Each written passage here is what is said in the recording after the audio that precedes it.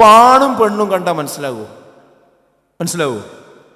നമ്മുടെ കോളേജുകളിൽ അതേപോലെ തന്നെ ഒരു അങ്ങാടിയിൽ നമ്മൾ സ്കൂളോ കോളേജോ വിടുന്ന സമയത്ത് അവിടെ പോയി നിന്നാൽ ബൈക്കിലൊക്കെ 2-3 ആളാണ് പോകുന്നതാണ്.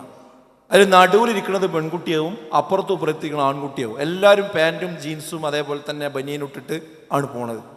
പെൺകുട്ടികളൊക്കെ ഇപ്പോൾ മുടി വെട്ടി ചെറുതാക്കിയിട്ട് കെട്ടിവെക്കുക, ആണുങ്ങളൊക്കെ മുടി നീട്ടിക്കൊണ്ടിരിക്കുക. ഇതിലേതാ ആണ് ഏതാ പെണ്ണെന്ന് മനസ്സിലാകാത്തൊരവസ്ഥ. നമ്മളൊന്ന് ആലോചിച്ച് നോക്കി. ഇത് മറ്റ് യൂറോപ്യൻ നാടുകളിലൊന്നുമല്ല, നമ്മുടെ നാടുകളിലാണ് കാണുന്നത്. മലപ്പുറം ജില്ലയിലെ ഒരു വീഡിയോ എപ്പോഴും നിങ്ങൾക്ക് ഓർമ്മയുണ്ടാവും, സോഷ്യൽ മീഡിയയിലുണ്ട്. ഒരു ഹയർ സെക്കൻഡറി സ്ഥാപനം വിട്ട് കുട്ടികൾ റോട്ടിൽ ഇറങ്ങിയിട്ട് ഒരു 10-100 ചില്ലാനം പെൺകുട്ടികളുണ്ടാവും.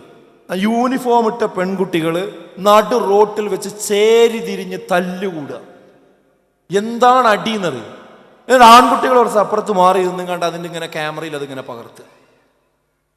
എവിടെ നടക്കണം? യൂറോപ്പിലല്ല, കേരളത്തിന്റെ മറ്റേതെങ്കിലും ജില്ലകളിലല്ല, നമ്മുടെ മൂക്കിന്റെ മുമ്പിലാണ് ഇതൊക്കെ നടക്കുന്നത്.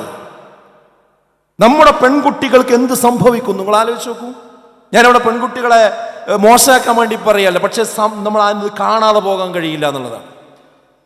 ഇന്ന് വിദ്യാലയങ്ങളിൽ സ്കൂളുകളിലൊക്കെ അധ്യാപകരായ നമ്മളൊക്കെ അനുഭവിക്കുന്ന ഒരു അവസ്ഥ എന്താണെന്ന് വെച്ചാൽ, പണ്ട് കാലത്തൊക്കെ ആ പെൺകുട്ടികൾ വന്നിട്ട് കംപ്ലൈന്റ് പറയുന്നു, സർ എന്നെ ആ ചെറുക്കൻ അങ്ങനെ ചെയ്തു, അവൻ എന്നെ നോക്കി, അവൻ എനിക്ക് കത്ത് തന്നു, ഇങ്ങനെയുള്ള പ്രശ്നമാണ് പറഞ്ഞിരുന്നത്.